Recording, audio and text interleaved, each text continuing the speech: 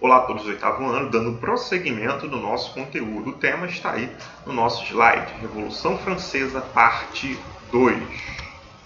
Bom, na parte 1 dessa Revolução Francesa, terminamos ali dizendo que o rei Luís XVI foi para a Prússia, país, junto com a sua família, foi abrigado lá, fugindo de todo esse contexto revolucionário. Só para a gente lembrar, a Áustria e a Prússia entraram nesse conflito contra os franceses porque eles queriam que os poderes fossem devolvidos ao rei Luís XVI, a família real. É por isso que eles entraram. Porém, a população francesa o capturou, ou seja, capturou novamente o rei e ele foi preso. E assim se deu o início da República para os franceses. Bom, eles fizeram uma convenção nacional. Para que servia essa Convenção Nacional? A partir de 1792, essa Convenção Nacional ela agia para limitar o governo francês dessa república. E as classes sociais, ou seja, os grupos sociais, eram representados assim nessa Convenção Nacional, para trazer uma participação da população. Porque anteriormente tudo estava centralizado na figura do rei. Agora essa população vai participar dessa Convenção Nacional sendo representada por cada grupo político. Aí a gente entra nesses grupos políticos. Bom, um deles, jacobinos. Os jacobinos, eles eram os intelectuais, eles tinham lá jornalistas, profissionais liberais, etc. Fazia parte daquilo que era a esquerda. Existiam burgueses nesse grupo, mas era da baixa burguesia. Eram burgueses que não tinham tantos privilégios assim. Da Revolução Francesa, que vieram esses termos, esquerda e direita. Mas, posteriormente, ao longo da história da humanidade, isso aí vai se alterar, ou seja, vai se modificar. Porque na França, esquerda era uma coisa e direita era outra. E vou mostrar para vocês agora. Os jacobinos tinham os intelectuais e tinha a burguesia também, que fazia parte aí dessa esquerda. Os girondinos era a alta burguesia, era a burguesia que tinha mais privilégios e fazia parte da direita. Eles eram os representantes da direita, ou seja, eles não queriam que a população participasse do processo político. Inclusive, os girondinos saíram de dentro dos jacobinos. Eles estavam discordando com a baixa burguesia porque eles queriam a representatividade, eles queriam poder político só para a alta burguesia. Os burgueses comerciantes que eram mais importantes, vamos dizer assim, e tinham maiores privilégios nessa sociedade. Outro grupo era o do Clube dos Cordeliers. O que era esse grupo? O povo como um todo, os artesãos e etc., que fazia parte desse grupo. Então eram 3 grupos políticos, cada um defendia a sua maneira aquilo que ele bem queria. Os jacobinos, que na época eram chamados de esquerdistas, os girondinos, que na época eram chamados de petistas, e o Clube dos Cordeliers, que seria o povo como um todo. O que o povo estava querendo ali? Queria fiscalizar a ação ali do parlamento. Bom, sendo que inicialmente quem tomou o poder nessa república foram os girondinos, que era a alta burguesia. E logicamente que eles fizeram a Constituição e não privilegiaram a baixa burguesia e nem muito menos o povo como um todo. Então, houve uma grande pressão dos camponeses que estavam querendo terras para si, estavam reivindicando melhores condições para o trabalho ali camponês, e também teve um movimento dos sans-culottes. Quem eram esses? Eram os trabalhadores urbanos.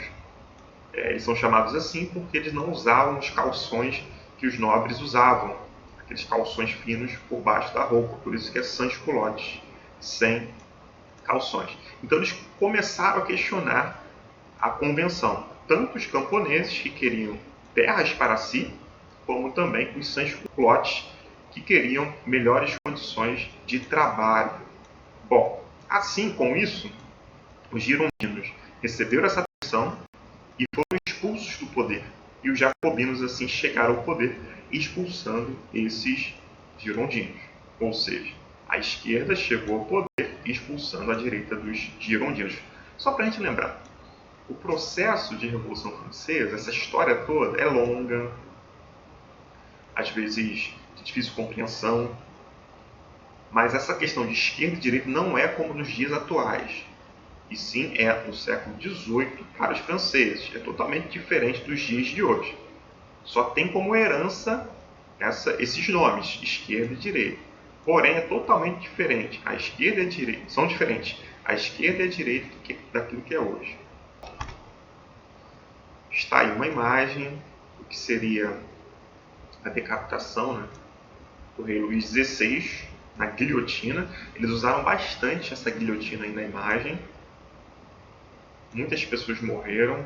Como eu falei no vídeo anterior, o processo de Revolução Francesa trouxe muitas mortes para a humanidade, teve um banho de sangue horripilante.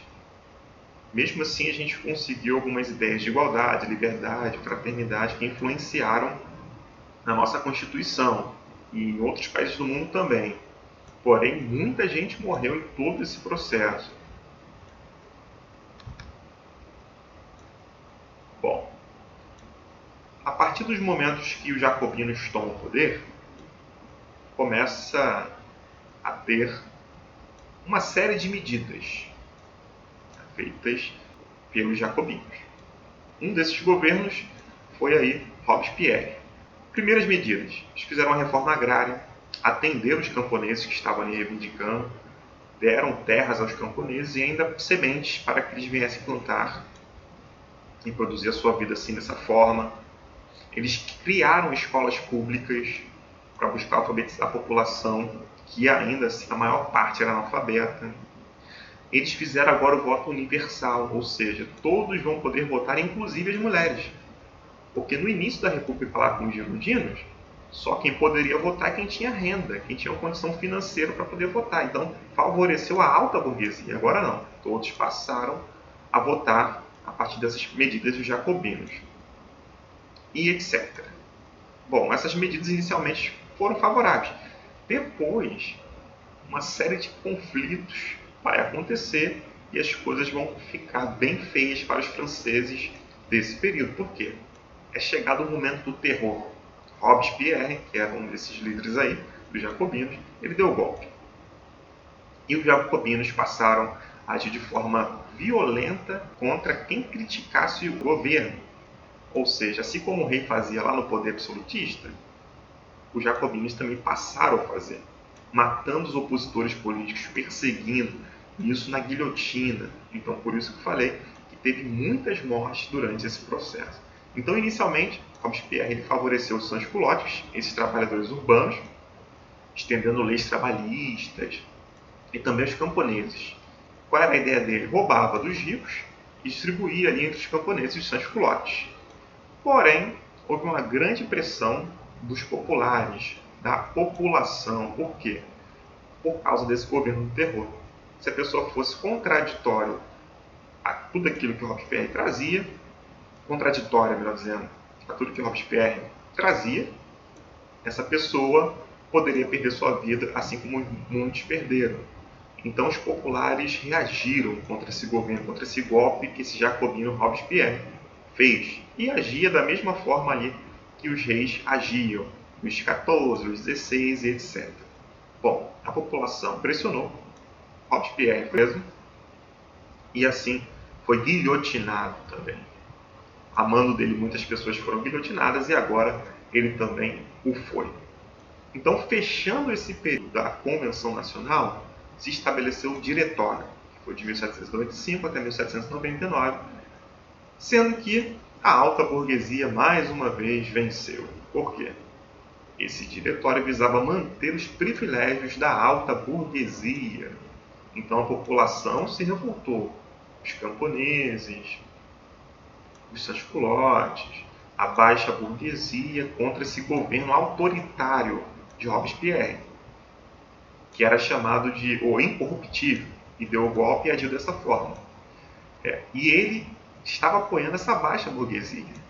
Então teve uma revolta em relação a isso, pelo terror causado e por esse apoio, porque inicialmente ele apoiava os camponeses e os sans-culottes, os trabalhadores urbanos.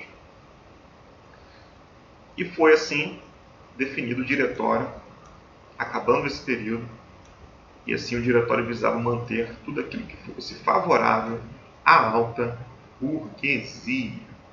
Externamente, muitas coisas estavam acontecendo também. Por quê? Inglaterra, Espanha, Áustria e Prússia diziam que essa república seria desfavorável ao governo dos reis. Então eles entraram em várias batalhas também por conta disso.